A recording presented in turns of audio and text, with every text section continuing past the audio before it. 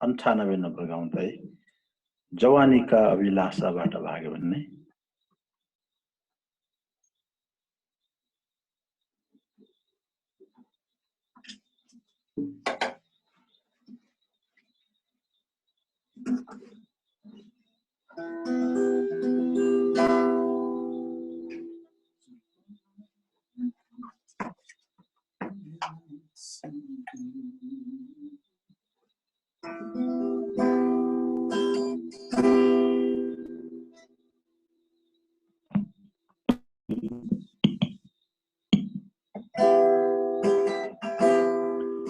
जवानीका अभिलाषाहरू बाट भागा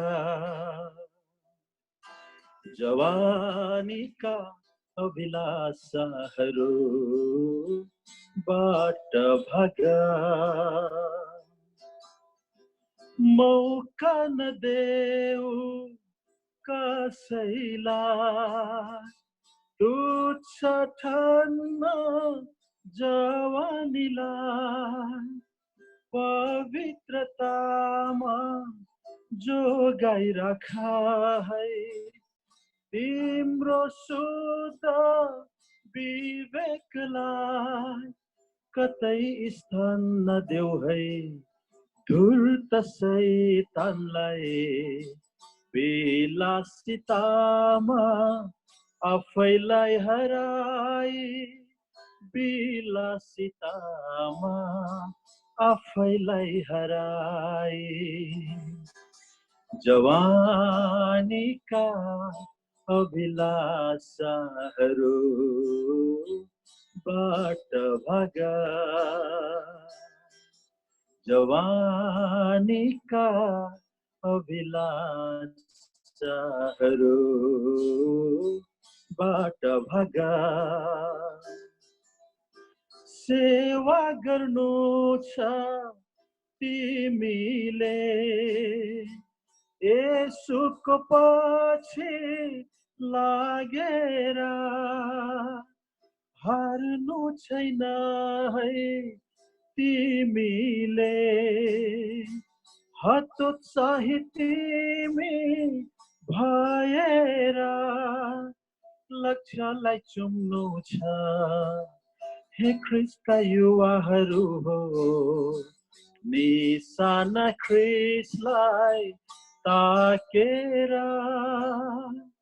निशाना ख्रीष्टलाई ताकेर जवानीका अभिलाषाहरू बाट भागा जवानीका अभिलाषाहरू बाट भागा प्रभुको बुलन्द खाटी बानीलाई सुन्नलाई कान खोलिदेऊ युगले तिमीलाई मागिरहेछ कठोर तिमी नबनिदेऊ भविष्य तिम्रै हो हे ख्रीष्टका युवाहरू हो विश्वासको योद्धा तिमी बना विश्वासको योद्धा तिमी बना जवानीका अभिलाषाहरू बाट भागा जवानीका अभिलाषाहरू बाट भागा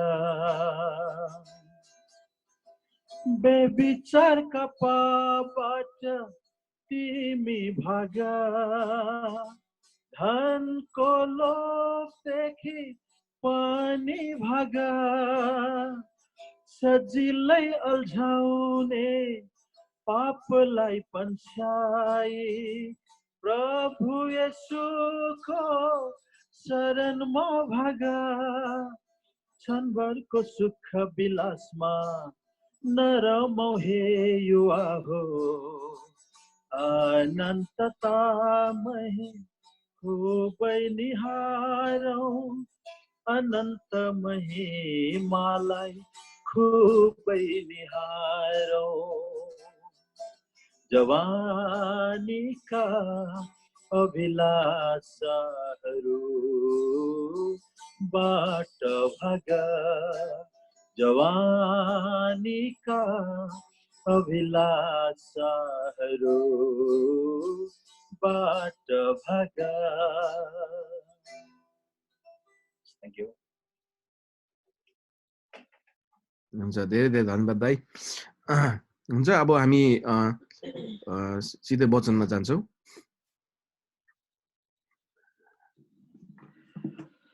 हुन्छ हाम्रो सम्पूर्ण यस अनलाइन संगतिमा जोडिनु भएको हाम्रो दाजुभाइ दिदीबहिनीहरू यहाँहरू सबैलाई प्रभु यीशु ख्रीष्टको महिमित नाममा प्रेमी जय मसीह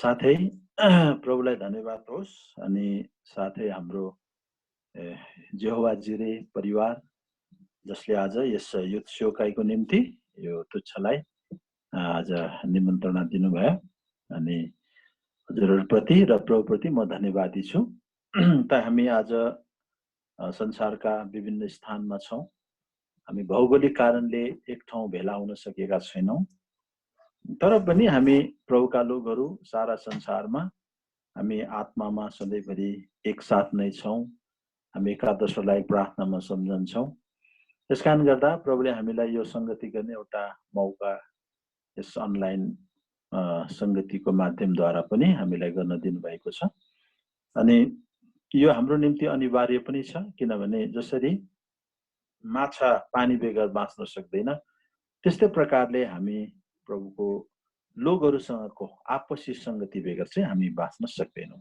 है त्यसैले गर्दाखेरि हामी जहाँ कहीँ भए तापनि यसरी प्रभुको वचनको संगति हामीले यसरी गर्न पाइरहेका छौं यसकारण हामी यसको निम्ति प्रभुप्रति हामी धन्यवादी हुनुपर्छ र जसले यस प्रकारको सेवकाईहरू आयोजना गरिरहनु भएको छ अनि हामी सबैको लागि प्रार्थनामा पनि निरन्तर सम्झना गरागर गर्नुपर्छ त एउटा जवान संगति भएको खण्डमा आज हामी केही परमेश्वरको वचनबाट हाम्रो परमेश्वरका जवान छोराछोरीहरूलाई आज केही परमेश्वरको वचनबाट प्रभुको केही विचारहरू हामी हेर्ने कोसिस गर्नेछौँ अनि हामी यो अहिले वर्तमान संसारमा चारैतिर यो अहिले जुन प्रकारको एउटा परिस्थिति छ है परमेश्वरको लोकहरू आपसमा भेटेर संगति गर्न नसक्ने स्थितिमा छ अलिकति साउन्ड कम्ती जस्तो लाग्यो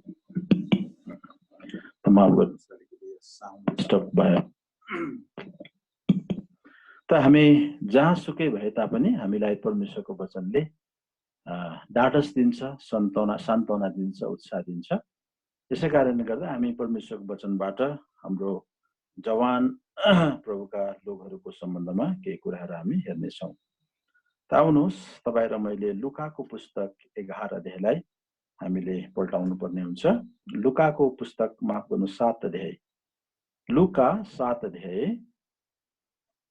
हामी यसको 11 पददेखि लिएर यसलाई हामी 17 पदसम्म पढ्नेछौँ तपाईहरुले आफ्नो आफ्नो बाइबल आफ्नो आफ्नो ठाउँमा खोलेर पढ्नु होला अनि म आफै यहाँबाट पढिदिन्छु त्यसो गर्दा सबैलाई सुन्न सजिलो हुन्छ भोलिपल्ट यस्तो भयो उहाँ नाहिन भनिने शहरमा जानुभयो र उहाँका चेलाहरू मध्ये धेरै जना एउटा ठूलो भिड उहाँसँग गए अब जब उहाँ शहरको ढोकानेर आउनुभयो तब हेर एउटा मरेको मानिस बाहिर लगिदै थियो जो आफ्नी आमाको एउटै मात्र छोरा थियो अनि ऊ विधवा थिए अनि शहरको एउटा ठुलो भिड उसको साथमा थियो। अनि जब प्रभुले उसलाई देख्नुभयो तब उहाँ उसप्रति दयाले भरिनुभयो र उसलाई भन्नुभयो नरौ।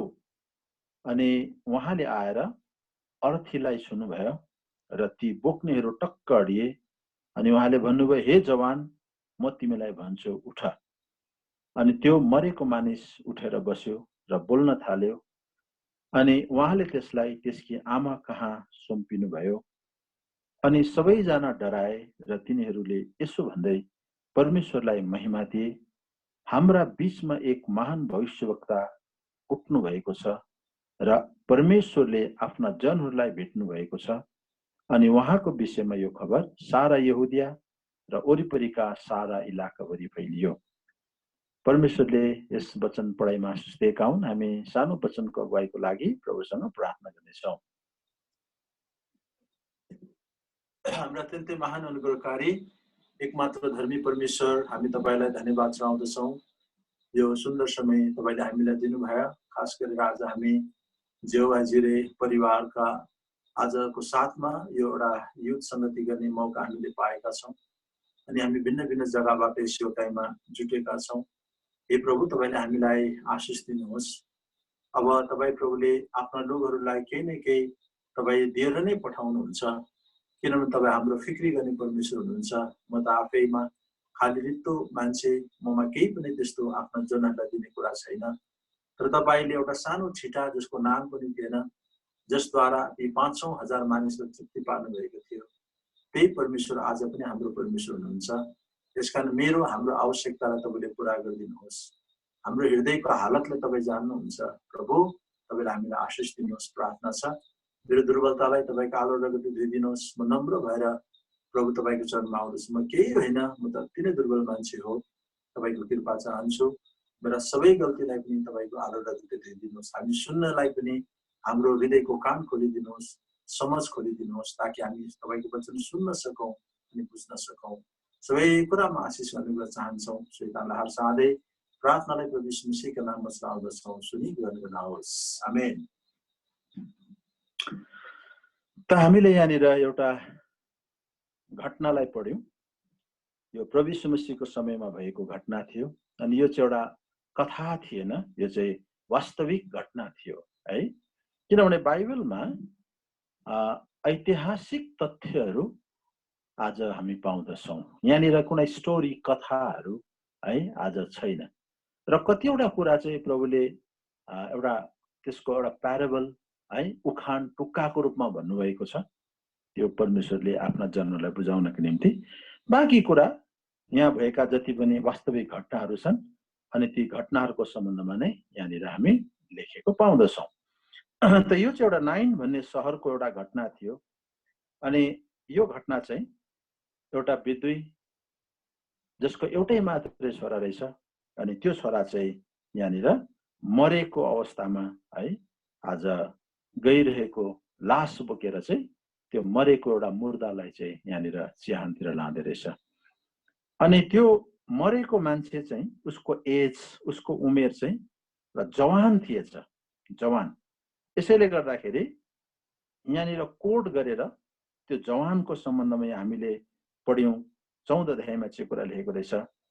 अनि उहाँले आएर अर्थीलाई छुनुभयो र बोक्नेहरू टक्क अडिए। अनि उहाँले भन्नुभयो ए जवान म तिमीलाई भन्छु उठ। मतलब त्यो मर्ने चाहिँ एउटा जवान मान्छे थिएछ है। त्यसकारण यहाँबाट म तपाईलाई दुईटा कुरा बताउन चाहन्छु। एउटा कुरा चाहिँ यो जवानको अवस्था है, यो एकदम जवान मान्छे, तर उसको अवस्था चाहिँ कस्तो छ, मरेको अवस्थामा छ। दोस्रो कुरा चाहिँ अब यो जवानलाई प्रभुले जीवित पार्नुहुन्छ, त्यसपछि यो जवानको उत्तरदायित्वको कुराको सवालमा आज हामी परमेश्वरको वचनबाट हिँड्नेछौँ। जवानको अवस्था अनि जवानको उत्तरदायित्व है। परमेश्वरले आज यो जवानलाई बचाउनु भयो। यो जवान अलरेडी मरेको रहेछ।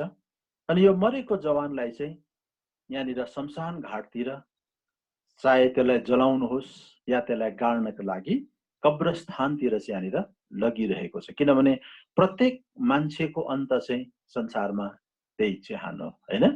चाहे त्यो धनी भन्दा धनी मान्छे होस्, चाहे त्यो गरिब भन्दा गरिब, चाहे त्यो विद्वान भन्दा विद्वान होस्, चाहे त्यो मूर्ख भन्दा मूर्ख, संसारको सबै मान्छेहरूको है यो शारीरिक जीवनको आखिरी गन्तव्य चाहिँ चिहान हो अर्थात् चिता हो, है? कसैलाई चितामा लगेर जलाइदिन्छ त कसैलाई गाडिदिन्छ। त्यसकारण हामीले संसारमा है कुनै पनि यस्तो मान्छे है आज छैन जसले चाहिँ है आज अजम्बरी बाँच्न सक्छ। त्यसकारण हरेक संसारमा आमाको गर्भबाट जन्मिने मान्छे चाहिँ मृत्युमा जानै पर्छ। यसैले अब यो जवान केटा चाहिँ एउटा जवान केटा चाहिँ है आज मरेको अवस्थामा छ। अनि यो मरेको अवस्थामा भएको जवानलाई चाहिँ है यहाँ मलामीहरूले बोकेर त्यसलाई कहाँ लगिरहेको छ? शमशान घाटमा। अब उसको अन्त्येष्टि गर्नको लागि, उसलाई सधैँको लागि त्यो चिहानमा सधैँको लागि है आज त्यो खाडलमा चिहानमा हाल्नको लागि चाहिँ लगिरहेको यो अवस्थामा चाहिँ हामी है यो जवानलाई देख्दछौँ। यसकारण परमेश्वरले अब यो मरेको जवानलाई चाहिँ पहिला चाहिँ परमेश्वरले के गर्नुभयो? जीवित पार्नुभयो है। अनि परमेश्वर चाहिँ उहाँको कामहरूद्वारा प्रभु यीशु मसीहले के भन्नुभयो? प्रभु यीशु मसीह नै परमेश्वर हुनुहुन्छ भन्ने आज मान्छेलाई एउटा प्रश्न आउन सक्छ है। के आज प्रभु यीशु ख्रीष्ट नै परमेश्वर हो त है? यसकारण प्रभु यीशु मसीहले के भन्नुभयो उहाँको आफ्नै सम्बन्धमा? यूहन्ना सुसमाचारको किताब 14 अध्याय 11 पदमा यहाँनिर भन्छ, प्रभु यीशु मसीहले है आफ्नो विषयमा है यहाँनिर के भन्नुहुन्छ भने नि, अच्छा 11 पद, मैले 14 अध्यायको 11 पद भने, म पितामा छु र पिता ममा हुनुहुन्छ भने मलाई विश्वास गर, तर होइन भने यी कामहरूकै कारणले मलाई विश्वास गर। अर्थात् प्रभु यीशु ख्रीष्ट चाहिँ परमेश्वर हुनुहुन्छ। प्रभु यीशु ख्रीष्टमा चाहिँ परमेश्वरको गुणहरू छ भन्ने कुरा एउटा प्रुफ चाहिँ उहाँले गरेको कर्महरूद्वारा है उहाँले गर्नुभएको आज है त्यो समयका कृतिहरूले नै प्रमाण गर्दछ। किनभने उहाँले संसारमा एउटा मरेको मुर्दालाई जीवित पार्नु भन्ने कुरा चाहिँ मानव बसको कुरा होइन नि है। संसारको डाक्टरले, संसारका साइन्टिस्टले, संसारका कुनै पनि शक्तिशाली व्यक्तिहरूले एउटा मरेको मान्छेलाई चाहिँ जीवित पार्न सक्दैन है।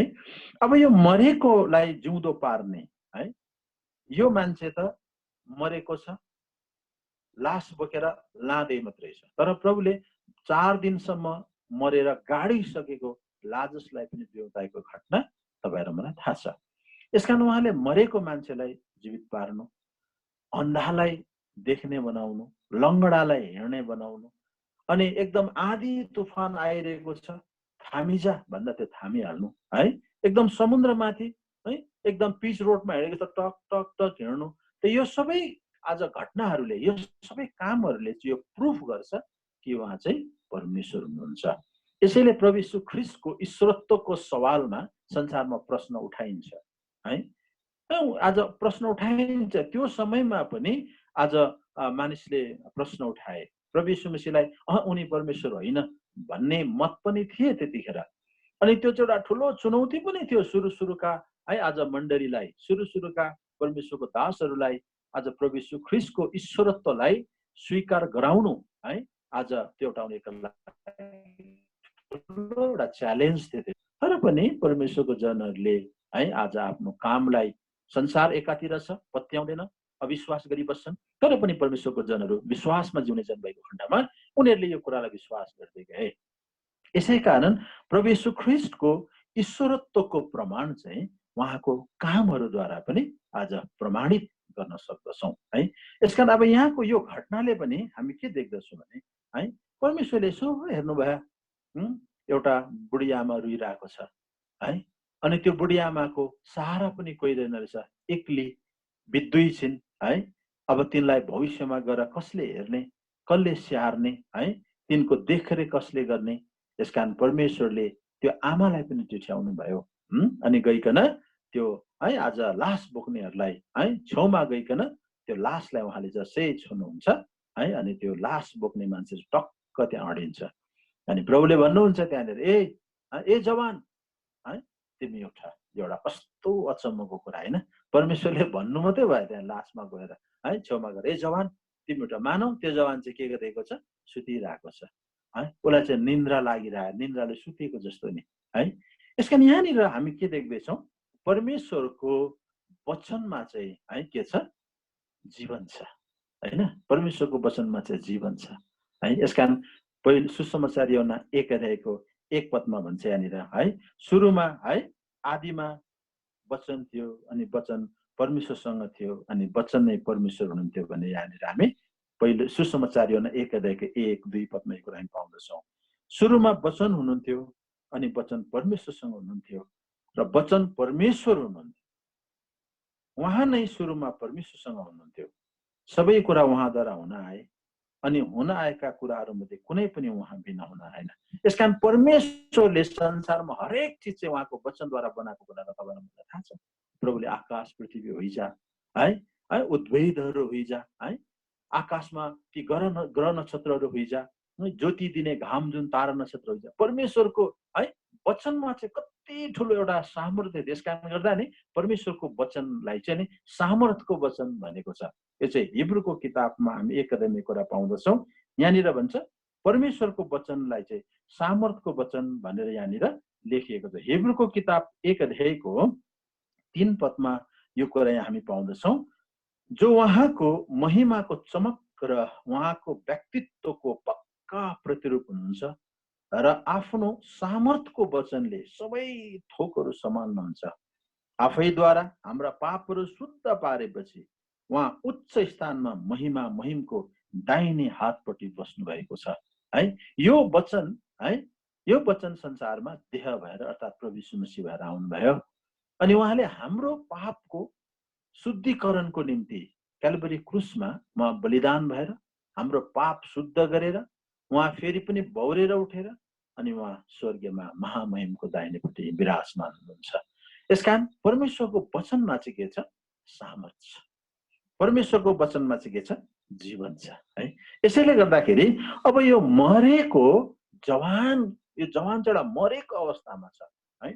अब मरेको जवानले है उसले केही पनि जान्दैन, केही पनि उसले थाहा पाउँदैन। अब उसलाई सधैँको लागि चाहिँ अब चिहानमा हालेर लगिँदैछ है। ऊ सधैँको लागि चाहिँ है आज उसलाई चाहिँ त्यो चिहानमा चाहिँ अब सधैँको लागि हालिँदैछ। यसैले यो जवानलाई परमेश्वरले है आज पहिलो कुरा चाहिँ प्रभुले जीवित पार्नु भयो, जीवन दिनुभयो है। यसकारण आज यो कुराबाट चाहिँ हामी के कुरा बुझ्न सक्छौँ भने यो वर्तमान संसारमा मानिसहरू, पृथ्वीका डल्लै मान्छेहरू है, आज हामी यसलाई यो जवानलाई मात्रै भन्ने कुरा है आज क्याटेगोराइज गर्ने कुरा छैन, तर संसारका सबै तह तबकाका मान्छेहरू बाइबलमा इफिसीको किताब 2 अध्यायको 1 पद अनुसार चाहिँ अपराध र पापको कारणले चाहिँ आत्मामा चाहिँ मरेको छ भन्छ। शरीर त जिउँदछ है, शरीर हिँडिरहेको छ, तर परमेश्वरको जुन एउटा जीवन मान्छेलाई परमेश्वरले सुरुमा दिनुभएको थियो, उहाँले मान्छेलाई आफ्नै स्वरूप र समानतामा सृष्टि गर्नुभएको थियो। त्यो परमेश्वरको जीवनलाई आज पापको कारणले मान्छेले चाहिँ गुमाएको अवस्थामा छ। यसैले यो संसारमा जति पनि मान्छे चाहिँ पापको कारण चाहिँ बाइबलमा इफिसीको किताब 2 अध्यायको 1 पदमा भन्छ कि हामी चाहिँ है बितेको समयमा हाम्रा पाप र अपराधहरूमा मरेका थियौँ भन्छ यहाँनिर इफिसीको किताब 2 अध्याय 1 पदमा यो कुरा हामी देख्दछौँ है। अनि तिमीहरूलाई अर्थात् अपराध र पापहरूमा मरेकाहरूलाई उहाँले जीवित पारिदिनु भयो। यसकारण यहाँनिर अब के भन्दैछ, सारा संसारको मान्छे चाहिँ आज अपराध र पापको कारणले चाहिँ मरेको छ। यसै कारण मरेको मान्छे है, पापमा मान्छे चाहिँ मरेको हुनाले गर्दा जसरी यो जवान मान्छेलाई चाहिँ मरेको मान्छेलाई चाहिँ अब सधैँको लागि चिहानमा लगिँदैछ भने आज जति पनि संसारमा मान्छेहरू जो पापको कारणले उसको आत्मिक जीवन मरेको छ, त्यो मरेको आत्मा चाहिँ सधैँको लागि अनन्तको चिहान अर्थात् है नरकमा गइरहेको छ। बुझ्नु कि त है। यसकारण सारा संसारका मान्छेहरूको जो मृतक आत्मा छ नि, त्यो मरेको आत्मा चाहिँ है आज अनन्तको त्यस नरकमा चाहिँ आज गइरहेको छ। परमेश्वरले आज त्यो अवस्थालाई है आज देख्नु भएको छ है। परमेश्वरले थाहा गर्नु भएको छ कि यो संसारका प्रत्येक मान्छेको आत्मा चाहिँ है आज पापमा मरेको छ अनि ती पापमा मरेको आत्मा चाहिँ अनन्त कालको लागि है आज उनीहरू चाहिँ है नरक रूपी अनन्तको चिहानमा आगो र गन्धक बलेको त्यस भयानक है आज चिहान दण्डमा चाहिँ गइरहेको छ। यसैले गर्दाखेरि आज परमेश्वरले चाहिँ है पहिला कुरा चाहिँ परमेश्वरको इच्छा हो कि ती मरेका जवान बाँच्नुपर्छ। यसकारण यो संसारका प्रत्येक मान्छे पहिला चाहिँ जीवित हुनुपर्छ, बाँच्नुपर्छ। जबसम्म मान्छेको आत्माले मान्छेको आत्मा बाँच्दैन, ऊ जबसम्म जीवित हुँदैन तबसम्म उसले परमेश्वरलाई चिन्दैन। अनि परमेश्वरलाई है एउटा जिउँदो भइसकेपछि मात्रै त्यो मान्छेले परमेश्वरलाई चिन्न सक्छ है। अनि एउटा जिउँदो भएको मान्छेले चाहिँ आफ्नो उत्तरदायित्वलाई तब मात्रै बुझ्न सक्छ है। बिचारा त्यो विधुवी आमा है जो एक्लै हुँदैछिन्, अब उनलाई कसले पाल्ने, उनको देखरेख कसले गर्ने, त्यो मरेको जवानले है आज त्यो विषयमा केही पनि जान्दैन, किनभने त मरिरहेको छ है। तर जब जिउँदो हुन्छ, जिउँदो भएपछि मान्छेलाई ओहो मेरो केही उत्तरदायित्व छ, मेरो केही जिम्मेवार छ है, मेरो घरप्रति मेरो जिम्मेवार छ, मेरो बाउमा प्रति मेरो जिम्मेवार छ भनेर उसले के गर्छ है, उसले आफ्नो जिम्मेवारलाई बुझ्छ है। यसैले गर्दाखेरि नि यो संसारमा सबैभन्दा पहिला हामी मान्छे जातिको पहिलो उत्तरदायित्व के हो, हाम्रो जिम्मेवार चाहिँ के हो? फर्स्ट अफ अल है यो संसारमा हामी मान्छे भएर जन्मिसकेपछि हामीले गर्नुपर्ने हाम्रो दायित्व चाहिँ के हो? किन यो संसारमा मान्छेलाई परमेश्वरले सृष्टि गर्नुभयो है? संसारमा हरेक चिज सृष्टि गर्नुभयो परमेश्वरले है। आज भिन्न भिन्न प्रकारका पशुहरू परमेश्वरले बनाउनु भयो अनि ती सबै सृष्टिमध्ये हामी मान्छेलाई अति नै श्रेष्ठ उहाँले बनाउनु भयो है। अनि परमेश्वरले चाहिँ हामीलाई आफ्नो जीवन दिएर है बडो मेहनत गरेर आफ्नो हातद्वारा हाम्रो बाहरी आवरणलाई पनि बनाइकन परमेश्वरले सृष्टि गर्नुभयो। यसकारण सारा संसारमा सृष्टि गरिएका हरेक चिज एउटा एउटा उद्देश्यमा आज सृष्टि गरिएको छ, त्यसको आफ्नो जिम्मेवार छ। आकाशमा है आज लाग्ने ती टन्टला पुर है आज घाम, त्यसको आफ्नो उत्तरदायित्व छ। त्यसले प्रत्येक बिहान है आज पृथ्वीमा जन्मिएर उसले बिहानदेखि बेलुकीसम्म मान्छेलाई है आज प्रकाश दिनुपर्छ, ताप दिनुपर्छ। परमेश्वरले बादललाई है आज पानी आकाशबाट वर्षाउने त्यसलाई है आज जिम्मा सोध्नु भएको छ। संसारमा हरेक प्रकृतिका चिजहरूलाई पनि परमेश्वरले एउटा एउटा रेस्पोन्सिबिलिटी है आज सुम्पिनु भएको छ, एउटा एउटा जिम्मेवार छ उनीहरूको। अनि ती सबै चिजले आफ्नो आफ्नो दायित्वलाई पुरा गरिरहेको छ। इभन एउटा कुखुराको भालेको कुरा हामी गरौँ होइन, कुखुराको भालेलाई परमेश्वरले बाँच्ने जिम्मेवारी दिएको छ। यसैले गर्दा त्यो कुखुरालाई हामीले तँ मैले बिहान सानोदेखि तँलाई चाहिँ मैले पाले,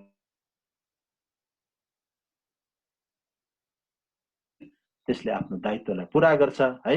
जब उसको वयस आउँछ, जब ऊ समय आउँछ, उसको बाँच्ने बेला आउँछ, त्यसपछि उसले बिस्तारो बिस्तारो बाँच्न सुरु गर्छ। हेर्नुहोस् है, हरेकले आफ्नो आफ्नो ड्युटीलाई है आफ्नो आफ्नो जिम्मेवारलाई उनीहरूले निर्वाह गरिरहेको छ। यसकारण के तपाईँ र म मान्छे चाहिँ बिना आज उद्देश्य सृष्टि गरिएका हुँ र?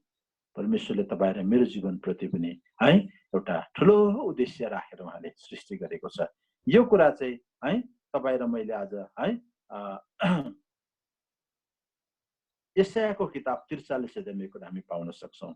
यशायाको पुस्तक 43 अध्याय, यशायाको किताब 43 अध्याय हामी यसको 7 पद पढ्नेछौँ। यशायाको किताब 43 अध्यायको 7 पदलाई हामी पढ्नेछौँ है। अच्छा, यहाँनिर म सरी 43 माफ गर्नुहोस् है, 43 को 7 पदलाई म पढ्दैछु है। यहाँ भन्छ, मेरो नामले कहलाइने हरेकलाई, किनकि मैले उसलाई आफ्नो महिमाको निम्ति सृष्टि गरे, मैले उसलाई रचे, मैले उसलाई बनाए है। यहाँनिर भन्दैछ परमेश्वरले है आज संसारका हरेक मानिस जातिलाई परमेश्वरले उहाँको महिमाको लागि बनाउनु भयो, उहाँको स्तुतिको निम्ति, उहाँको प्रशंसाको लागि परमेश्वरले मान्छेलाई चाहिँ सृष्टि गर्नुभयो भन्छ है। यसकारण मान्छेको एउटा ठुलो जिम्मेवार के छ? उसले परमेश्वरको स्तुति गर्नुपर्छ है, उसले परमेश्वरको महिमा गर्नुपर्छ, उसको त्यो जिम्मेवार हो। यसकारण प्रत्येक मान्छेले आफ्नो है आज जिम्मेवार चाहिँ उसले तब मात्रै बुझ्छ जब ऊ पहिला जीवित हुन्छ। यसकारण त्यो मरेको जवानले आज उसले आफ्नो जिम्मेवार के हो, मेरो दायित्व के हो भन्ने कुराले कसरी बुझ्छ त? अलरेडी मरिरहेको छ। त्यसले उसले आफ्नो जिम्मेवार बुझ्नको लागि पहिला त जिउँदो हुनु पर्यो है। यसै कारण आज यो संसारका प्रत्येक पापमा मरेका जवानहरूले पहिला चाहिँ प्रभु यीशु ख्रीष्टमा एउटा नयाँ जीवन पाउन चाहिँ आवश्यक छ। यसकारण यो संसारमा प्रभु यीशु मसीह किन आउनुभयो है? यूहन्ना सुसमाचारको किताब 10 अध्यायको 10 पदमा भन्छ, म चाहिँ तिनीहरूले जीवन पाउन् अनि त्यो प्रशस्त मात्रामा पाउन् भन्ने हेतुले आए भनेर यहाँनिर प्रभु यीशु मसीहले भन्नुभयो। 10को 10मा चोर त चोरौँ, मारौँ र नष्ट पारौँ भनेर मात्र आउँछ, म चाहिँ तिनीहरूले जीवन पाउन् र झन् प्रशस्त गरी पाउन् भन्ने हेतुले आए। त्यसकारण यहाँनिर प्रभु यीशु मसीहको संसारमा आउनुको उद्देश्य चाहिँ तपाईँ र म मरेकाहरूलाई पहिला जीवन दिनु। जब हामी जिउँदो हुन्छौँ तब हामीले हाम्रो उत्तरदायित्वलाई बुझ्छौँ।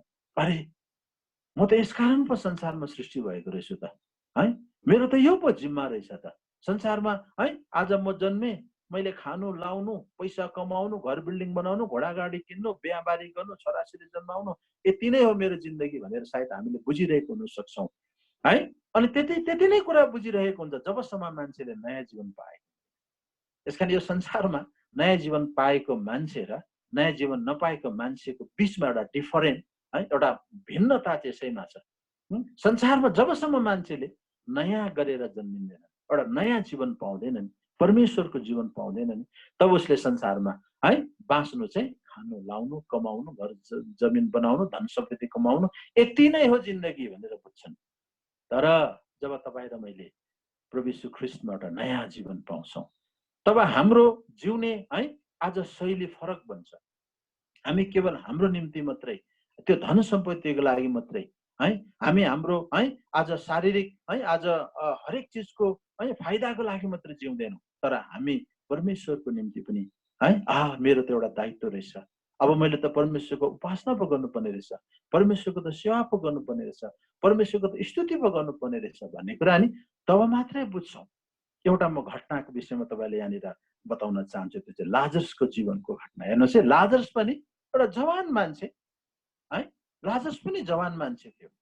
अनि भनिन्छ यो लाजरसको घर जो बेथानीमा थिए, यिनका दुईजना दिदीहरू थिए, मरियम र मार्था है। तपाईँलाई यो घटनाको विषयमा राम्रोसँग थाहा छ। अनि प्रभु चाहिँ त्यहाँनिर कयौँ पटक है आज त्यो घरमा भिजिट जानुभएको हो। अनि लाजरसले धेरैपल्ट प्रभु यीशु मसीहलाई देखेका पनि थिए है।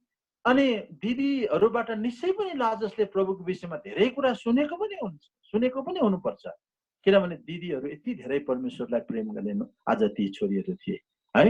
उनीहरू निश्चय पनि चुप लागेर बसेन होला, आफ्नो भाइलाई कतिपल्ट भन्थ्यो होला, हेर है हाम्रो गुरुज्यू प्रभु यीशु मसीह चाहिँ यस्तो परमेश्वर हुनुहुन्छ, उहाँले चाहिँ यस्तो यस्तो काम गर्नुभयो भनेर सायद कतिपल्ट भन्यो होला। तर नि त्यो लाजरसले कहिले पनि प्रभु यीशु मसीहसँग बसेर परमेश्वरको वचन सुन्ने, परमेश्वरको प्रशंसा गर्ने, परमेश्वरसँग वार्तालाप गर्ने काम उसले कहिले पनि गरेन भन्छ क्या है। ऊ धेरैपल्ट है प्रभु यीशु मसीह त्यहाँनिर बेथानी भन्ने पुस्तक भाइ बक्सले लेख्नु भएको छ, सायद पढ्नु भएको होला है। प्रभु यीशु मसीह आउनुहुन्थ्यो है, अनि ऊ अर्को बाटो निस्केर जाइहाल्थ्यो। सायद उसले यस्तो लाग्थ्यो त्यतिखेर, यो मान्छे किन घरिघरि हाम्रो घरमा आइबसेको है, के साह्रो आइबसेको भनेर आज उसलाई इरिटेट हुन्थ्यो होला नि है। आज कति यस्तो हुन्छ नि त, आज जबसम्म परमेश्वरको है महत्त्वलाई नबुझ्ने, परमेश्वरलाई नबुझ्ने, परमेश्वरको प्रेमलाई नबुझ्दाखेरि हाम्रो पनि जवान छोराछोरी धेरै जान्छ, यो प्रभु यो अङ्कल कति साह्रो आइरहेको हाम्रो घरमा, यो बडा कति साह्रो आइरहेको भनेर प्रभुको दासहरू आउँदा, प्रभुको दासीहरू आउँदाखेरि हाम्रो धेरै जवान छोराछोरीलाई इरिटेट हुन्छ है। उनीहरूलाई एकदम दिक्क लाग्छ, के साह्रो आइबस्यो, के साह्रो भनिबसेको यहाँनिर, के साह्रो आइबसेको भनेर हुनसक्छ आज कति हाम्रो जवान छोराछोरीलाई इरिटेट हुन्छ। सायद लाजरसलाई पनि यस्तो हुन्थ्यो होला है, किनभने प्रभु त्यहाँ पटक पटक जानुहुन्थ्यो। तर परमेश्वर किन जानुहुन्थ्यो भन्दा नि परमेश्वरले है लाजरसलाई चाहिँ बहुत माया गर्नुहुन्थ्यो, बहुत प्रेम गर्नुहुन्थ्यो। परमेश्वरले लाजरसको जीवनमा एउटा काम गर्ने विचार गर्नुभएको थियो। त्यसकारण जब लाजरसको जीवनमा एक दिन यस्तो घटना घट्छ, अब 11 अध्याय तपाईँ र मैले कुरा है पढ्दा थाहा पाउँदछौँ। यहाँ लाजरसको जीवनमा चाहिँ अब के आउँछ, एउटा मृत्यु आउँछ। हेर्नुहोस् है, शारीरिक मृत्यु अब यहाँनिर लाजरसको जीवनमा आउँछ। अनि लाजरसको सवालमा चाहिँ के भन्छ, 5 पदमा लेखेको छ, यूहन्ना सुसमाचार 11 अध्यायको 5 पदमा, अनि येशूले मार्था तिनकी बहिनी र लाजसलाई प्रेम गर्नुहुन्थ्यो, यसकारण उनी बिरामी छन् भनेर जब उहाँले सुन्नुभयो है, यहाँनिर भन्छ परमेश्वरले चाहिँ किन त्यो बेथानीमा जानुहुन्थ्यो भन्दाखेरि परमेश्वरले चाहिँ प्रेम गर्नुहुन्थ्यो। प्रभुले मरियम, मार्थालाई, लाजसलाई प्रभुले प्रेम गर्नुहुन्थ्यो है। यसकारण आज तपाईँ र मलाई प्रभुका दासहरूले है, मण्डलीका बडाहरूले है, घरिघरि तपाईँ र मलाई आएर सम्झाउँदा है, घरिघरि तपाईँको मेरो घरमा भिजिट आउँदा हामीलाई सायद इरिटेट लाग्नु सक्छ है, हामीलाई मन नपर्नु सक्छ, तर तपाईँहरू मैले बुझ्नुपर्छ किन उहाँहरू आउनुहुन्छ घरिघरि भन्दा तपाईँलाई उहाँले प्रेम गर्नुहुन्छ है, तपाईँलाई प्रेम गर्नुहुन्छ, यसैले त तपाईँलाई है आज घरिघरि भिजिट दिनुहुन्छ होइन।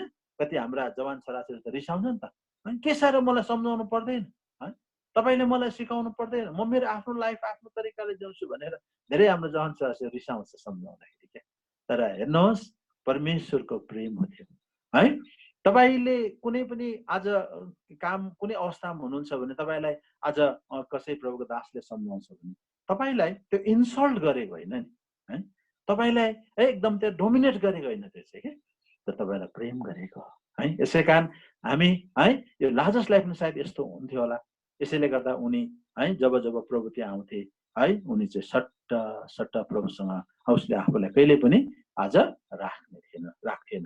तर एक दिन यस्तो घटना घट्यो, अब यो लाजस बिरामी भयो, साह्रो बिरामी भयो, अनि प्रभु आज बिरामी भएको खबर पाए र पनि प्रभु झट्टै पुगेन त्यहाँनिर, लाजसको मृत्यु भयो है।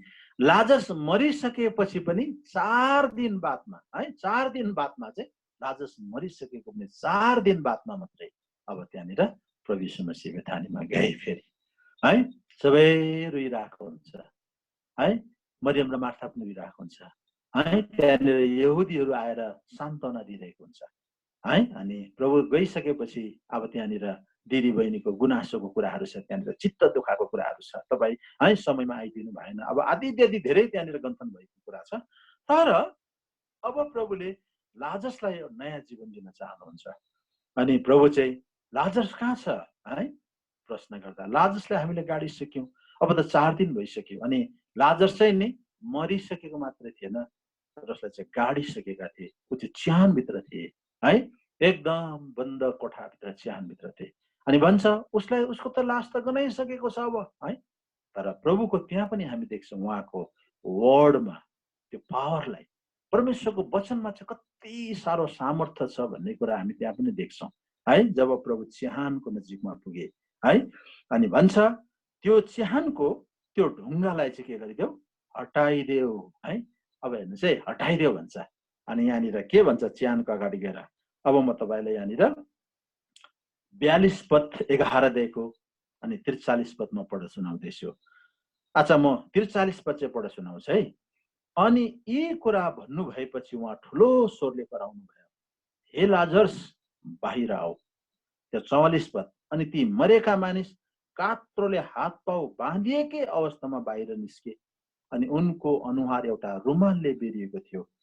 येशूले तिनीहरूलाई भन्नुभयो, उनलाई फुकाइदेऊ र जान देऊ। अब हेर्नुहोस् त यहाँनिर, यहाँ पनि अघि एउटा त्यो जवान मान्छे जो चाहिँ मरेको छ, जसलाई मलामीले बोकेर चाहिँ शमशान घाटतिर लगिरहेका थिए, प्रभु टक्क त्यहाँनिर पुगे अनि ती अर्थीलाई छेर भन्छ, ए जवान तिमी उठ है। जसै प्रभुले ती जवानलाई उठ भने त्यो जवान त्यहाँनिर उठेको कुरा हामी देख्यौँ। अब यहाँ त लाजस मरेर पनि गाडिसकेको 4 दिन भइसकेको छ, चिहानभित्र छ। प्रभु त्यो चिहानमा गएर भन्छ, ए लाजर्स है, प्रभुले नाम काटेर बोलाउँदै हुनुहुन्छ, ए लाजर्स है तिमी बाहिर निस्केर आऊ। मानौ ऊ चाहिँ भित्र है बसिरहेको जस्तो है। अनि त्यो लाजर्स चाहिँ कात्रोसँग जुरुक्क उठेर आए। त्यस कारण यहाँ पनि हामी के देख्छौँ, परमेश्वरको वचनमा चाहिँ त्यो सामर्थ्य थियो है। यस कारण एउटा मरिसकेको, एउटा गनाइसकेको है, आज त्यो लास है, गनाइसकेको लासलाई पनि जब प्रभुले भन्नुभयो नि, परमेश्वरको वचनद्वारा चाहिँ है त्यो मान्छे जीवित भएको हामी देख्छौँ। यस कारण यो परमेश्वरको वचन चाहिँ यति पावरफुल छ है, परमेश्वरको वचनमा चाहिँ यति धेरै सामर्थ्य छ प्रियहरू है। यस कारण यो संसारमा नि तपाईँ र मैले बाइबल चाहिँ अरू पुस्तकहरूसँग तुलना गर्न सक्दैन। संसारमा जति पनि अरू पुस्तकहरू छ, मिठो मिठो कथा कहानीले भरिएको है, कयौं रोचक तथ्य सत्य कुराहरू भएको यस्ता पुस्तकहरू संसारमा धेरै होला, उपन्यासहरू होला है। तर बाइबल एउटा फरक पुस्तक हो। परमेश्वरको वचनमा चाहिँ है एउटा पावर छ, एउटा सामर्थ्य छ है। यो वचनले चाहिँ मान्छेको जिन्दगीलाई परिवर्तन गरेको छ। एउटा भयानक खुङ्खार अपराधीले पनि आफ्नो जिन्दगीलाई बदल्न सकेको छ भने त्यो चाहिँ यो वचनको सामर्थ्यले बदलेको छ है। कुनै पनि एउटा है आज डरलाग्दो भन्दा डरलाग्दो मान्छेको जिन्दगी परिवर्तन भएको छ भने त्यो वचनको सामर्थ्यले परिवर्तन भएको छ। यसैले गर्दा तपाईँ र मैले परमेश्वरको वचन है आज सुन्नु, परमेश्वरको वचन पढ्नु है, परमेश्वरको वचनलाई चाहिँ सुन्नु पढ्नु चाहिँ हाम्रो लागि किन आवश्यकता छ? यो वचनले चाहिँ तपाईँ र मेरो जिन्दगीबाट चेन्जेस ल्याउन सक्छ, परिवर्तन ल्याउन सक्छ है। यसैले गर्दा आज तपाईँले है तपाईँ कुनै पनि अवस्थामा कुनै पनि आज ठाउँमा किन नहुनुहोस्, तपाईँ एक्लै किन नहुनुहोस्, तर तपाईँले परमेश्वरको वचनलाई चाहिँ है सुनिरहनुपर्छ है। त्यसकारण बाइबलमा भन्छ है परमेश्वरको वचन है आज हामीले ध्यानसित सुन्नुपर्छ भन्छ। हामीले परमेश्वरको वचन नि सुनिबस्यौँ न भने नि है हामी जुन कुरा पाएका छौँ, जुन कुरा हामीलाई है आज हामीले पाएका कुराहरूबाट चाहिँ हामी बहकेर जान सक्छौँ भन्छ हिब्रू किताब 3:1 जे कुरा हामीले सुनेका छौँ त्यसलाई ध्यान दिएर है आज हामीले सुन्नुपर्छ भन्छ। अनि प्रभु यीशु मसीहले अर्को कुरा भन्छ यहाँनिर मत्तीको किताबमा है, मत्तीको किताबमा पनि भन्छ यहाँनिर सायद 11 अध्यायको यहाँनिर 10-15 पद हुनुपर्छ। यहाँ भनेको छ कि सुन अनि बुझ भनेर यहाँनिर प्रभुले कुरा गर्नुभएको छ है। अच्छा यहाँनिर भन्छ कि परमेश्वरको कुरा चाहिँ तिमीले आएर के गर सुन। त्यसकारण तपाईँ र म चाहिँ प्रभुको कुरा, प्रभुको वचन चाहिँ आज हामी सुन्नको लागि कहिले पनि के गर्नु हुँदैन, अल्छी गर्नु हुँदैन है। हामीले यदि परमेश्वरको वचनलाई चाहिँ आज हामीले है आज 15 अध्यायको 10 पदमा कुरा लेखेको रहेछ है 15 अध्यायको चाहिँ 10 पद रहेछ है। यहाँनिर भन्छ प्रभुले सुन अनि बुझ। हेर्नुहोस् है, अनि उहाँले भेडलाई बोलाएर तिनीहरूलाई भन्नुभयो सुन र बुझ। पहिला चाहिँ सुन है। त्यसकारण परमेश्वरको वचनमा चाहिँ एउटा पावर छ, एउटा सामर्थ्य छ।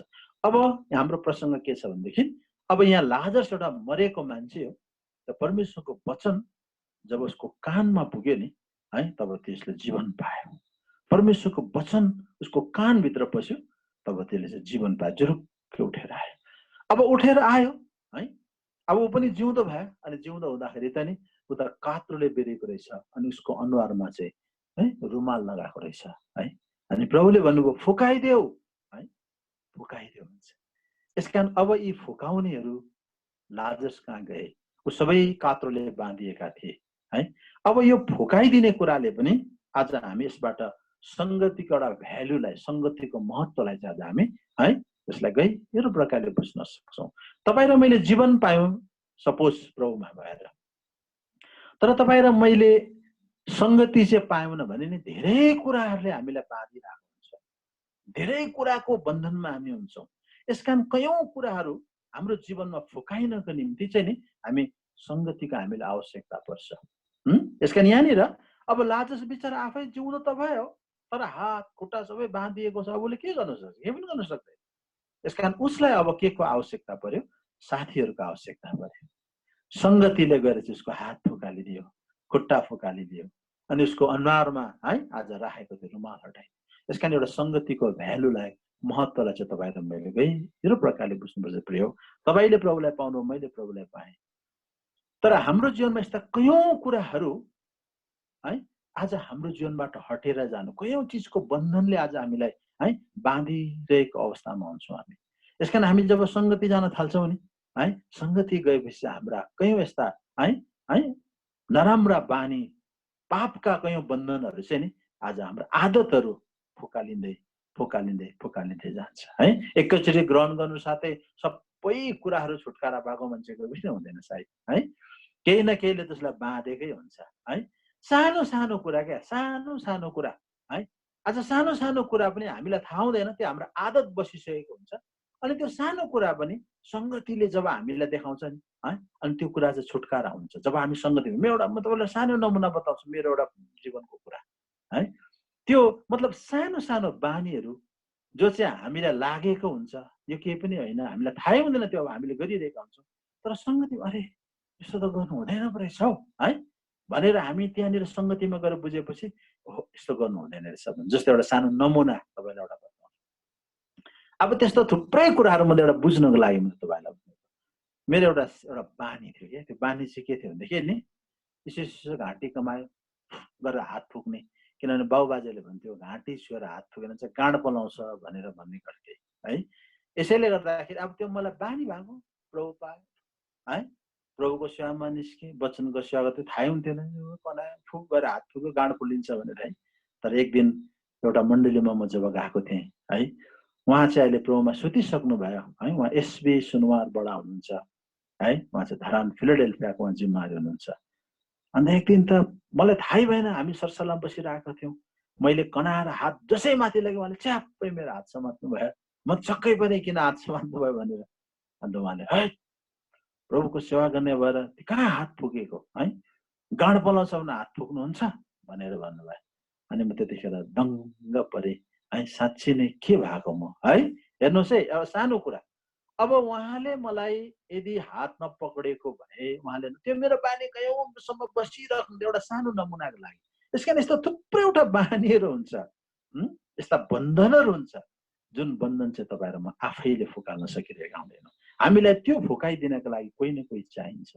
हाम्रा कमजोरता, हाम्रो विकनेसहरू, हाम्रो दुर्बलताहरूलाई है कसैले न कसैले आज त्यसलाई पोइन्ट आउट गर्ने मान्छे चाहिन्छ। अनि हामीलाई भन्ने मान्छे चाहिन्छ, सम्झाउने मान्छे चाहिन्छ। अनि उसले देखाउँछ है, अन्त अरे यस्तो त गर्नु हुँदैन रहेछ।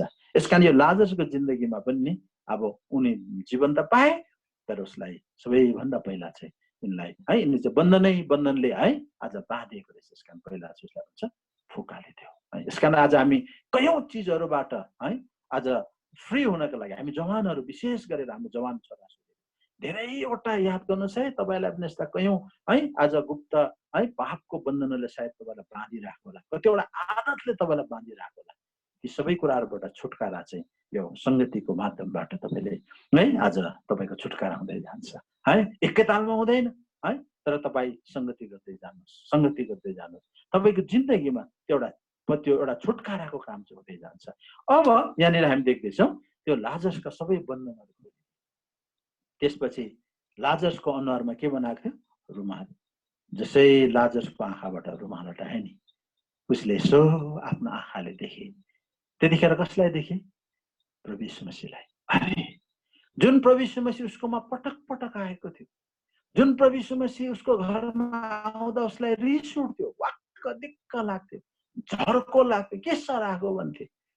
तर त्यतिखेर लाजरसले जसरी देखे प्रभु यीशु मसीहलाई नि, त्यो अघिको हेराइ र अहिलेको हेराइमा चाहिँ लाजरसको फरक छ। किनभने उसले त्यतिखेर मात्रै लाजरसले प्रभु यीशु मसीह चाहिँ कति महान परमेश्वर हुँदो रहेछ भन्ने कुरा थाहा पाए है। जब उनी मरेकाहरूबाट बरु ठहरे, जसलाई म तुच्छ सम्झिन्थेँ, जसलाई म कहिले पनि आदर गर्थिनँ, जसलाई म कहिले पनि है आज महत्त्व नै दिन्थिनँ है, जसलाई म कहिले मतलब नै गर्थिनँ, तर उहाँ त कति महान परमेश्वर हुँदो रहेछ है। उहाँ त परमेश्वर पो हुँदो रहेछ त, जसको हातमा मेरो जीवन र मृत्युको है आज साँचो रहेछ, जसको वचनमा त्यो सामर्थ्य रहेछ, उहाँ त मरेका उठाउन सक्ने रहेछ। यसकारण लाजरसले त्यो दिन त्यो नयाँ जीवन पाएपछि नि जुन आँखाले प्रभु यीशु मसीहलाई देखे नि, त्यो प्रभु यीशु मसीहलाई देखिसकेपछि अब लाजरसको जीवन नै परिवर्तन भयो। उनको जीवनमा प्रभु यीशु मसीह प्रति, परमेश्वर प्रति चाहिँ एउटा भक्तिको भाव जाग्यो। प्रभु यीशु मसीहको महत्त्वलाई उसले बुझे है। प्रभु यीशु मसीहको है आज उपस्थिति चाहिँ के रहेछ है, उहाँ चाहिँ को हुनुहुँदो रहेछ भन्ने कुरा थाहा पाए। अब यो कुरा चाहिँ हामी सुसमाचार 12 एक पदमा पाउँछ। अब यहाँ हेर्नुहोस् है के भन्दैछ यहाँनिर, 12 पद, यूहन्ना 12:1। तब निस्तार चाडको 6 दिन अघि यीशु बेथानीमा आउनुभयो, जहाँ लाजरस थिए जो मरेका थिए, जसलाई उहाँले मरेकाहरूबाट बौराएर उठाउनु भएको थियो। 2 पद, त्यहाँ तिनीहरूले उहाँका निम्ति बेलुकीको भोज तयार पारे अनि मार्थाले सेवा गरिन्, तर लाजरस चाहिँ उहाँसँग खानाको निम्ति बस्नेहरू मध्ये एक थिए। अब यहाँ हामी देख्दैछौँ लाजरस कहाँनिर छ, प्रभु यीशु मसीहसँग बसिरहेको छ। अघिसम्म लाजरस कहिले पनि प्रभु यीशु मसीहसँग बस्दैन, किनभने प्रभुको सङ्गतिकोलाई महत्त्व थाहा थिएन। प्रभु यीशु मसीहको महानताको महत्त्व उसलाई थाहा थिएन। प्रभु यीशु मसीह को हुनुहुन्छ भन्ने कुरा चिनेको थिएन है। जब उसको जीवनमा एउटा नयाँ जीवनको काम भयो नि, तब मात्र चिने उहाँ चाहिँ मेरो है सृष्टिकर्ता परमेश्वर हुनुहुँदो रहेछ। मलाई त जीवन दिने जीवनदाता परमेश्वर भन्नुहुन्छ। म त मरेको थिएँ है, आज उहाँले मलाई जीवन दिनुभएको, यस कारण उहाँ त मेरो जीवनदाता परमेश्वर है, मेरो उद्धारकर्ता परमेश्वर पो हुनुहुँदो रहेछ त है। जब लाजरसले प्रभु यीशु मसीहलाई त्यो नयाँ जीवन पाएपछि बुझे नि, तब उसको जिन्दगीमा उहाँप्रतिको भक्ति भाव, अहो मेरो दायित्व के रहेछ त, अब मेरो जिम्मेवार के रहेछ त है, मलाई उहाँले किन बचाउनु भएको रहेछ त, उहाँको महिमा गर्नको लागि, उहाँको प्रशंसा गर्नको लागि, उहाँको भक्ति गर्नको लागि रहेछ है मेरो जिन्दगी है। त्यसै कुदिहिँड्नु है, त्यसै आज रमाइलो गर्नको लागि मैले जिन्दगी पाएको होइन रहेछु, तर उहाँको महिमा भक्ति गर्नु पाएको रहेछ। उसले है आज त्यतिखेर मात्रै परमेश्वरलाई आज चिने, उसले नयाँ जीवन पाएपछि अनि उसको दायित्वलाई अब उसले बुझे।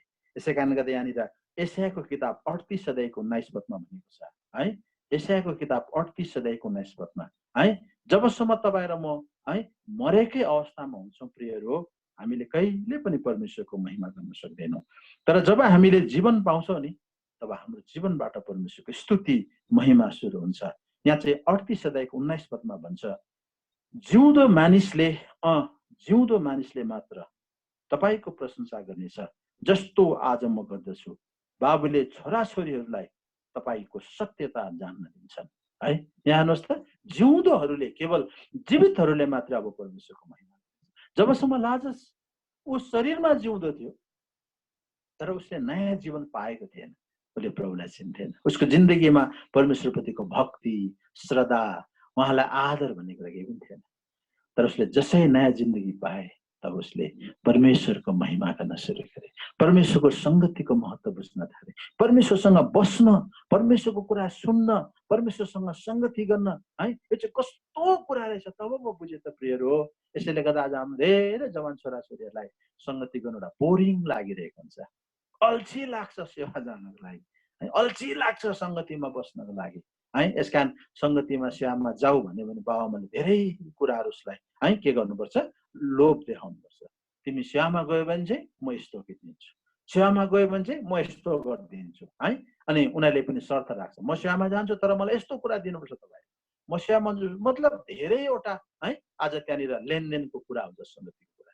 तर जब तपाईँ र मैले हाम्रो जिन्दगीमा एउटा नयाँ जीवनको काम भन्छ प्रयो, तब हामीले परमेश्वरलाई आदर गर्नु, परमेश्वरलाई श्रद्धा गर्नु, परमेश्वरलाई स्तुति गर्नु चाहिँ नि है, त्यो भालेलाई बास भनेर सिकाउनु नपरेको जस्तै नि आपसे आप हाम्रो जिन्दगीबाट नि उहाँप्रतिको श्रद्धा, भक्ति, आदर आज आपसे आप उम्रेर आउँछ त है। हामीले कसैलाई भन्नु पर्दैन, हाम्रो छोराछोरीलाई सेवा गर, आदर गर, महिमा गर भन्नु पर्दैन। त्यो जवान छोरा आफै नै उसको जिन्दगीमा है परमेश्वरलाई उसले इम्पोर्टेन्ट सम्झिन थाल्छ, प्रभुलाई आदर गर्न थाल्छ, प्रभुको चरणमा बस्न थाल्छ। प्रभु चाहिँ कति महान हुँदो रहेछ, परमेश्वर कति आदरका योग्य हुनुहुँदो रहेछ, प्रभुलाई उसले आदर, महिमा, भक्ति दिन थाल्छ। तर यो काम चाहिँ तब मात्रै हुन्छ प्रियहरू, जब उसले नयाँ जीवन पाउँछ है। यसै कारण यो जवानको मैले दुईवटा कुरा भनेको छु तपाईँहरूलाई। पहिलो कुरा याद गरेर राख्नुहोस्, पहिलो कुरा जवानको अवस्था र जवानको उत्तरदायित्वको कुरा गरेको छु मैले। अब अहिलेको वर्तमान समयमा चाहिँ धेरै मान्छेहरूको जीवन चाहिँ आज के छ है, अझ मरेको अवस्थामा छ नि त। त्यसैले धेरैभन्दा धेरै हाम्रा विश्वासीका छोराछोरीहरू पनि है आज परमेश्वरलाई महिमा नगर्ने छोराछोरीहरू, कयौँ छोराछोरीहरू बनेको छ।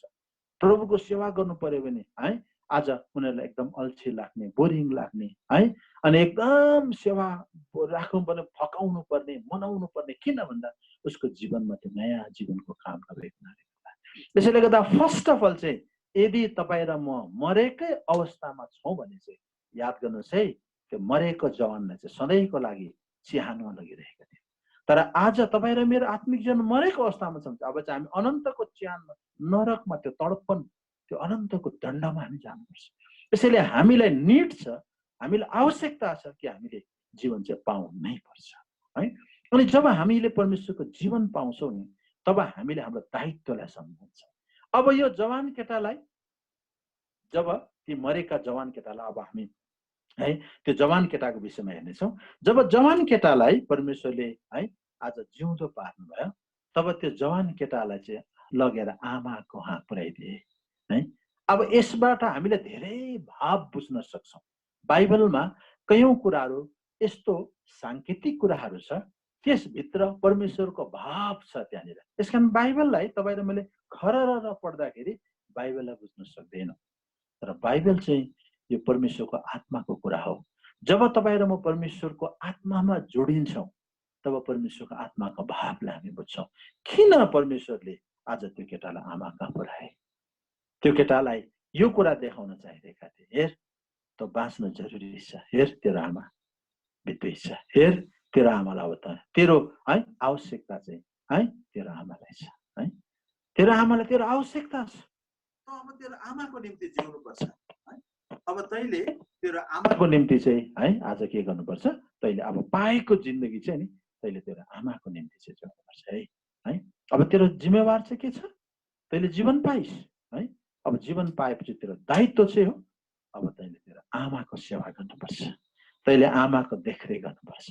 अब यो आमा भन्ने कुरा चाहिँ हामीलाई बाइबलमा यसको आत्मिक अर्थ बुझ्नुपर्छ। हामीले बाइबलमा आमाले चाहिँ प्रभुको मण्डलीलाई बताउँदछ है। जस्तै एउटा शब्दलाई म तपाईँलाई पढेर सुनाउँछु। त्यो चाहिँ गलातीको किताब 4 अध्यायको 26 पदमा यहाँनिर भनेको छ, माथिकी यरुशलेम जो स्वतन्त्र छ, जो चाहिँ हाम्री आमा हुन् भन्ने कुरा यहाँनिर लेखिएको छ। 4 अध्यायको 26 पद है।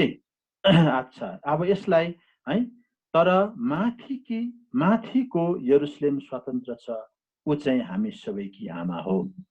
अब यसलाई चाहिँ आज कयौं हाम्रा है यो डिनोमिनेसनले विशेष गरेर सियोन है, आज यो माता मान्ने सियोन मण्डलीले चाहिँ यसलाई आज यसलाई गलत प्रकारले यसको व्याख्या गरेको छ। यो आमा भनेको चाहिँ माता परमेश्वर हो भनेर उनीहरूले आज त्यसलाई गलत व्याख्या गरेको छ। तर आज यो गलातीको किताबलाई पढ्दै जाँदाखेरि अब त्यो त्यसको धेरैवटा पाटो छ, त्यो त म जान्न। तर यति कुरा हामीले बुझ्नुपर्छ, यरुशलेम सियोन यरुशलेम भन्नेले चाहिँ यो चाहिँ परमेश्वरको घर, परमेश्वरको मण्डली भन्ने कुरालाई संकेत गरेको छ। यसकारण हामीले यरुशलेम भन्नाले चाहिँ परमेश्वरको मण्डली भनेर बुझ्नुपर्छ है, होइन? परमेश्वरको मण्डली भनेर बुझ्नुपर्छ। यसैले अब परमेश्वरको है आज वचनले भन्छ, अब तपाईँ र म पनि मरेका थियौँ, हामीले जीवन पायौँ, अनि जीवन पाइसकेपछि प्रभुले हामीलाई उहाँको मण्डलीमा ल्याउनु भयो हैन। प्रेरितको किताब 2 अध्यायको 47 पद अनुसार जतिले उद्धार पाए अनि परम प्रभुले त्यो उद्धार पाउनेहरूलाई चाहिँ आफ्नो मण्डलीमा मिलाउनु भयो। अब यो मण्डली जो प्रेरित र भविष्यवक्ताको जगमाथि बसालिएको छ, जसको कुनै ढुङ्गा प्रभु यीशु मसीह आफै हुनुहुन्छ। एफिसी 2 अध्याय 19-21 पदमा यो कुरा हामी पाउँदछौँ। अनि त्यो है आज मण्डलीमा चाहिँ अब हामीलाई प्रभुले के गर्नुभएको छ? मिलाउनु भएको छ है। यसकारण आज जब तपाईँ र मैले प्रभुलाई पायौँ नि है, प्रभुले आज हामीलाई है कुनै न कुनै है आज लोकल मण्डलीमा पनि मिलाउनु भयो। अब यो स्थानीय मण्डली मिलेर एउटा युनिभर्सल चर्च, विश्वव्यापी मण्डली बनिन्छ। जसरी आज म एल्जाबाद फिक्कल स्थानीय मण्डलीको हुँ है, तपाईँहरू जेहोवा जिरे स्थानीय मण्डली युकेमा हुनुहुन्छ। तर नेपालमा तपाईँहरूको आफ्नो आफ्नो ठाउँमा भिन्न भिन्न आफ्नो आफ्नो लोकल मण्डलीहरू छ। तर जे होस्, यो सबै लोकल मण्डलीहरू मिलेर एउटा युनिभर्सल चर्च, एउटा विश्वव्यापी मण्डली बन्छ। यसैले हामी चाहिँ आज त्यो बृहत दर्शनमा है, आज हामी चाहिँ एउटा त्यो है फराकिलो दर्शनमा सेवा गर्नुपर्छ है। आज परमेश्वरको मण्डली चाहिँ संसारमा एउटै छ, त्यसको प्रारूपहरू, त्यसका रूपहरू चाहिँ भिन्न भिन्न छ है। आज घरको मण्डली चर्च इन द हाउस भन्छ हैन, एउटा लोकल चर्च भन्छ है, स्थानीय मण्डली भन्छ। अनि स्थानीय मण्डली मिलेर आज युनिभर्सल चर्च, विश्वव्यापी मण्डली भन्छ। यसकारण तपाईँ र म एउटै मण्डलीका हामी केहरू हौँ है, आज हामी सदस्यहरू हौँ है, हामी एउटै मण्डलीका अङ्गहरू हौँ। यसकारण यो दर्शन चाहिँ हामीले कहिले बिर्सनु हुँदैन हैन। धेरै आज मान्छेले है हामी परमेश्वरको जिउँदो एउटै मण्डलीका हौँ भन्ने कुरालाई चाहिँ बिर्सी पठाउँछ है। अनि यो तेरो मण्डली, यो मेरो मण्डली, यो उसको मण्डली, यो फल्नाको मण्डली, ढिस्काको मण्डली भनेर मान्छेले कुरा गरिरहेको हुन्छ। किनभने यो चाहिँ एउटा आत्मिक बालकपन हो है। किनभने पावलले पहिलो कोरिन्थी 3 अध्यायमा भनेको छ है, न त है तिमी कसैले भन्छ अरे हामी पावलको, कसैले हामी काइफाको भने अरे है, कसैले हामी ख्रिस्टको भने अरे, अनि भन्छ यो चाहिँ तिमीहरूको बालकपन हो है। तिमीहरू अझैसम्म पनि के छौ, दूध चिसो बालक छौ भन्छ। जबसम्म नानी आत्मिक समाजमा बालक भएकाहरूले चाहिँ यसको मण्डली, ढिस्का मण्डली, फल्ना मण्डली भन्ने कुरा गर्छन्। तर जब हामी आत्मामा बढ्छौँ है, तब हामी बुझ्छौँ कि हामी सारा संसारमा भएको एउटै मण्डली जो चाहिँ परमेश्वरको मण्डली हो, प्रभु यीशु ख्रीष्टको मण्डली हो है।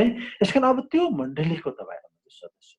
अब प्रभुले हामीलाई यो आमा कहाँ ल्याएको छ, अब हामीलाई चाहिँ मण्डलीमा ल्याउनु भएको छ। अब यो मण्डलीबाट हामीले है आत्मिक लालन पालन पाउँछौँ, आत्मिक दूध पाउँछौँ, आत्मिक भोजनहरू चाहिँ अब हामी यो मण्डलीमा आएर पाउँछौँ।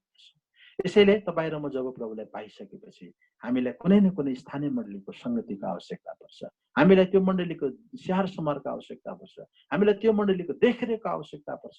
यसैले हामीले प्रभु पाएपछि हामीलाई है त्यो मण्डलीले आएर प्रार्थना गरिदिन्छ, भिजिट गरिदिन्छ, संगति गरिदिन्छ।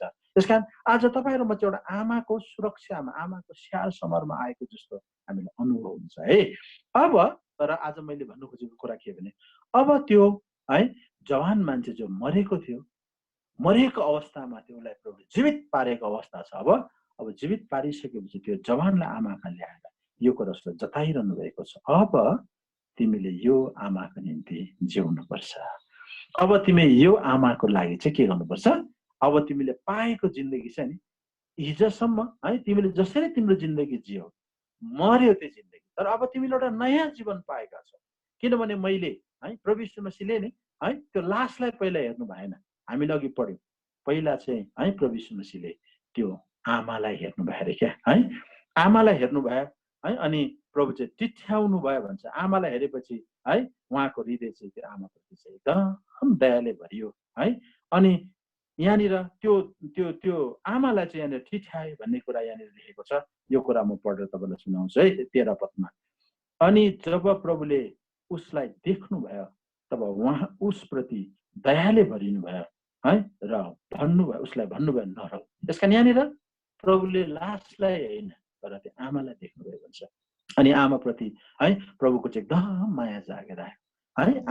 आमाप्रति प्रभु एकदम टिठ्याउनु भयो।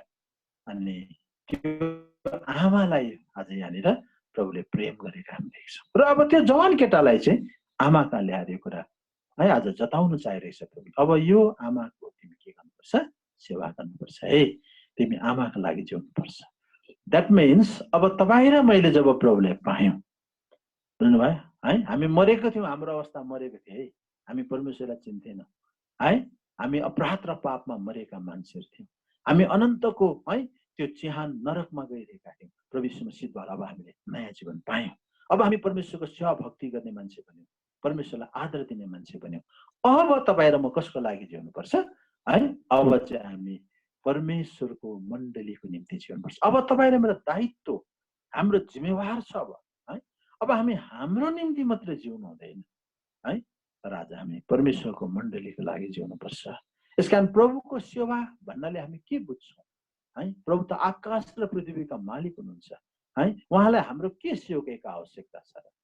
तर आज हामीले प्रभुको सेवा भन्ने कुरा चाहिँ हामीले के बुझ्नुपर्छ भने, प्रभु मण्डलीको शिर हुनुहुन्छ अनि उहाँको शरीर चाहिँ मण्डली हो। प्रभु चाहिँ शिर हुनुहुन्छ अनि आज उहाँको शरीर चाहिँ प्रभुको मण्डली हो। यसकारण प्रभुको सेवा गर्नु भनेको चाहिँ आज हामीले मण्डलीको सेवा गर्नु बुझ्नुपर्छ। परमेश्वरको निम्ति जिउनु भन्नाले चाहिँ अब मण्डलीको लागि जिउनु भन्ने कुरालाई बुझ्नुपर्छ। यसकारण प्रत्येक जवानहरूले यो वर्तमान संसारमा मान्छे चाहन्छ क्या, आफ्नो लागि मात्रै सोच्छौँ, हामी आफ्नो लागि मात्रै जिउने भयौँ, हामी आफ्नो परिवारको लागि मात्रै जिउने भयौँ। तर के परमेश्वरको परिवारको लागि, परमेश्वरको लागि आज हामी जिउने है हाम्रो दायित्व भन्ने कुरा के हामीले बुझेका छौँ। यसै कारण यहाँनिर यशायाको किताबमा 6 अध्यायको 8 पदमा यहाँनिर आह्वान गर्नुहुन्छ क्या, मेरो निम्ति को जाने भनेर यहाँनिर भन्छ होइन। यशायाको किताब 6 अध्यायको 8 पदमा यो कुरा हामी देख्छौँ। यहाँनिर है प्रभुले के भन्नुभयो है, यहाँ भन्छ, अनि मैले प्रभुको यसो भन्ने स्वर सुने, म कसलाई पठाउँ र हाम्रा निम्ति को जाला। तब मैले भने म यहाँ छु, मलाई पठाउनुहोस् है। यो आवाज मैले सुने भन्छ है, मेरो निम्ति है आज है को जाने, हाम्रो लागि म कसलाई पठाउँ है। अब प्रभु यीशु मसीह है परमेश्वर हुनुहुन्छ, अब प्रभु यीशु मसीह मण्डलीमा हुनुहुन्छ है। आज मण्डलीको निम्ति है अब को जाने मण्डलीको लागि को जिउने आज परमेश्वरले खोजिरहनु भएको छ। यसकारण तपाईँले जीवन पाउनु भयो है। त्यो जवान केटाले जीवन पाएपछि उसले आमाको लागि जिउनुपर्छ। जस्तै आज तपाईँ र मैले पनि प्रभुले हामीलाई जीवन दिनुभयो। अब तपाईँ र म आफ्नो निम्ति मात्रै होइन, हामी आफ्नो फ्यामिलीको मात्रै फिक्री गर्ने होइन, हामी आफ्नो परिवारको लागि है, आफ्नो वरिपरिको लागि मात्रै होइन, तर आज हामी परमेश्वरको जो विश्वभरि छरिएका रगतले किन्नु भएको है उहाँको जिउँदो मण्डली परमेश्वरको सन्तानको लागि तपाईँ र म आज जिउनुपर्छ प्रियहरू। तर नि दुःखको कुरा यहाँनिर इजिकियलको किताब 22 अध्यायमा हामी पाउँछौँ। प्रभुले खोज्नु भयो अरे क्या है। 29 अध्यायमा हामी यो कुरा 22 अध्यायमा पाउँछौँ इजिकियलको किताब। प्रभुले खोज्नु भयो परमेश्वरको निम्ति जिउने, परमेश्वरको पक्षमा उभिने मान्छेहरू खोज्दाखेरि नि है उहाँले पाउनु भएन भन्छ यहाँनिर है। इजिकियलको किताब 22 अध्याय है, 22 अध्यायको 29 पददेखि यहाँनिर है 31 पदसम्म तपाईँलाई पढ सुनाउँछु है। यहाँ भन्छ, त्यस देशका मानिसहरूले थिचोमिचो गरेकै छन्, बलमिचाइ गरेर लुटेका छन्, गरिब र खाँचोमा परेकालाई सताएका छन्। तिनीहरूले परदेशीलाई अन्यायसित थिचोमिचो गरेका छन्। अनि मैले तिनीहरूको बिचमा एउटा यस्तो मानिसलाई खोजेँ जसले बार बनाउँछ र जो मैले देशलाई नाश नगरौँ भनेर त्यस देशका निम्ति मेरो सामु धाँधोमा खडा हुन्छ, तर मैले एउटै पनि पाइनँ। यसकारण मैले आफ्नो प्रकोप तिनीहरूमाथि खन्याएको छु, मेरो क्रोधको आगोले मैले तिनीहरूलाई नाश पारेको छु, तिनीहरूको चालको बदला मैले तिनीहरूकै टाउको माथि हालिदिएको छु।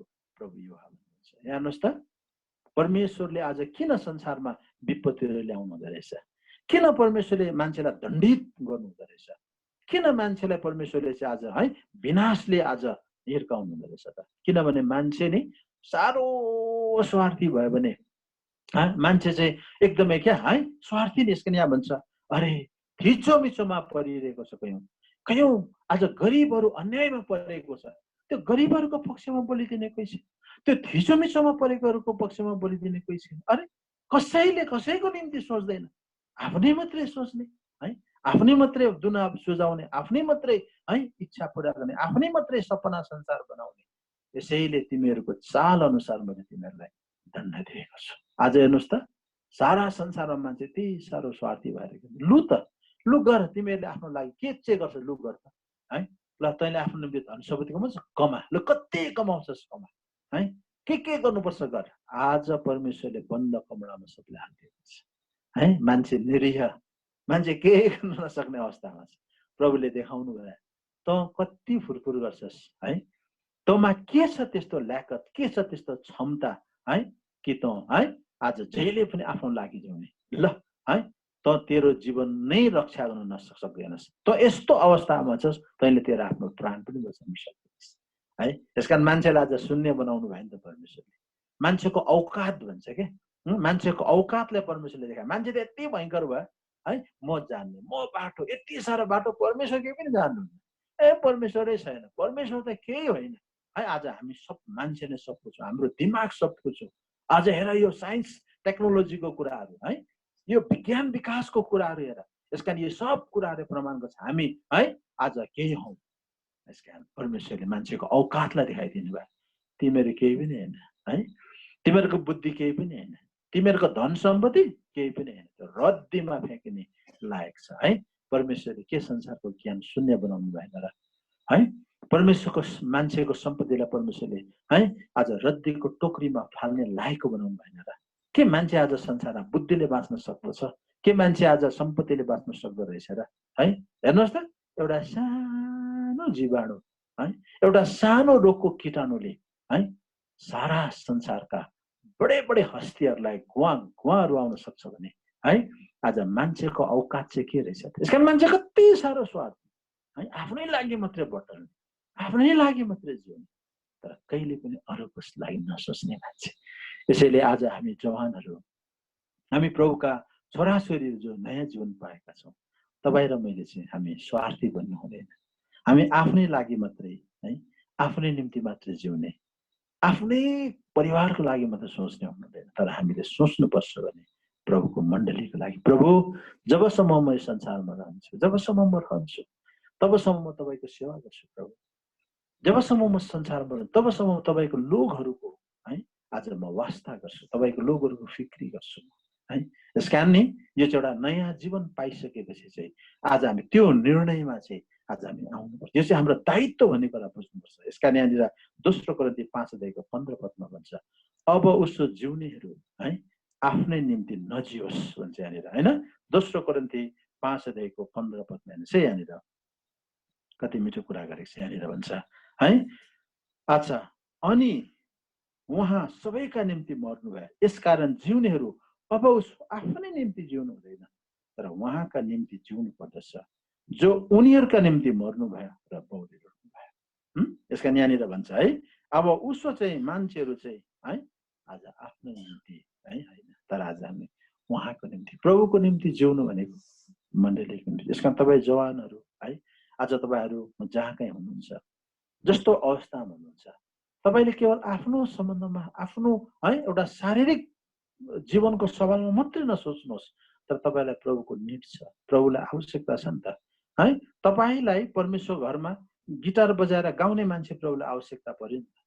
त्यसकारण तपाईँ गाउन सक्नुहुन्छ, गिटार बजाउन सक्नुहुन्छ, तर तपाईँ किन आज परमेश्वरको आवश्यकतालाई पुरा गर्न आउनुहुन्न?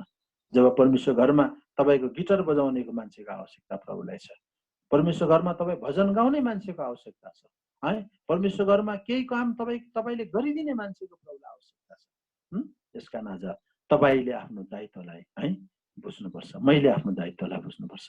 हामी हरेकले है आज यो संसारमा हामी जहाँ कहीँ भए तापनि हामी हाम्रो आफ्नै है खाँचो मात्रै पुरा गर्ने होइन, तर आज हामी परमेश्वरको खाँचो पनि पुरा गर्ने, परमेश्वरको लोकहरूको खाँचो पुरा गर्ने, परमेश्वर निम्ति जिउने है आज हामी हुनुपर्छ। यसकारण हामीले यो जवानको है जीवनबाट 2वटा कुरा मैले बताएँ, यो जवानको अवस्था र यिनको उत्तरदायित्व। यो जवान मरेको थियो, तर परमेश्वरले जीवन दिनुभयो। परमेश्वरले जीवन यसकारण दिनुभयो कि अब त्यो बाँचेको जिन्दगीले चाहिँ यिनले आफ्नो आमाको निम्ति जियोस्। त्यसकारण आज तपाईँ र मैले पनि प्रभुलाई चिनेका थिएनौँ, प्रभुलाई पायौँ, हामीले नयाँ जीवन पाएका छौँ।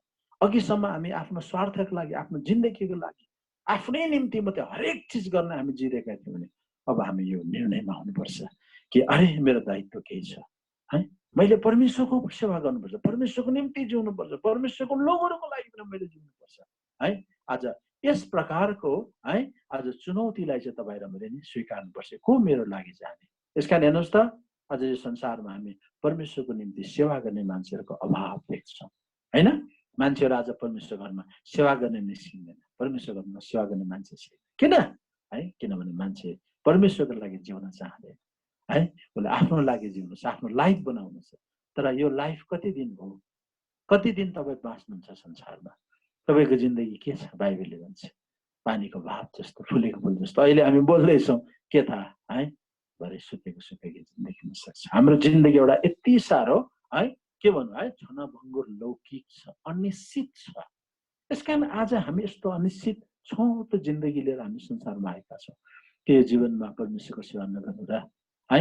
तपाईँलाई परमेश्वरको आवश्यकता छ। यसकारण तपाईँहरू जहाँ हुनुहुन्छ, जस्तो अवस्थामा हुनुहुन्छ, तपाईँले एउटा सङ्कल्प गर्नुहोस् आजको सेवाद्वारा, प्रभु म साँच्चै नै मैले जीवन पाएर पनि आज म तपाईँको निम्ति चाहिँ जिउन सकेको छैन। प्रभु मलाई माफी दिनुहोस्, मलाई क्षमा गर्नुहोस् र म निर्णय गर्छु भविष्यमा अब रहेको बाँकी जिन्दगी चाहिँ म आफ्नो लागि होइन, आफ्नो निम्ति मात्रै होइन, म तपाईँको लागि पनि जिउनेछु। म तपाईँको निम्ति पनि अब म केही गर्नेछु। त्यस प्रकारको निर्णय गरेर है आज हामीले परमेश्वरको सेवा भविष्यको दिनमा हामीले पुरा गर्न सकेका हौँ है। हुन्छ, ल सबैलाई जय मसीह। प्रभुले हामीलाई साथ गरेका हुन्। फेरि पनि हामी प्रभुको इच्छा भयो भने आइतबारको दिन हामी यहोवा इरेमा फेरि पनि हामी भेटघाट गर्नेछौँ। त प्रभुले हामीलाई साथ गरेका हुन् है। हुन्छ, सबैलाई जय मसीह। धेरै धन्यवाद हजुरलाई हाम्रो निम्ति भनिकन तपाईँले यो समय हामीलाई दिनुभयो। हामी अब केही चिन्ता रहनुहुन्छ भने आशिष मागिदिनुहुन्छ कि भने कति टाइम लाग्छ भाइ? अनि हामी अब के अरे वचन रक्षाको लागि प्रार्थना गर्छौँ अनि त्यसपछि हुन्छ हुन्छ हस् हस् हुन्छ। ललित दाइ अन्तिम अनि वचन रक्षाको लागि प्रार्थना गरिदिनुहोस् न।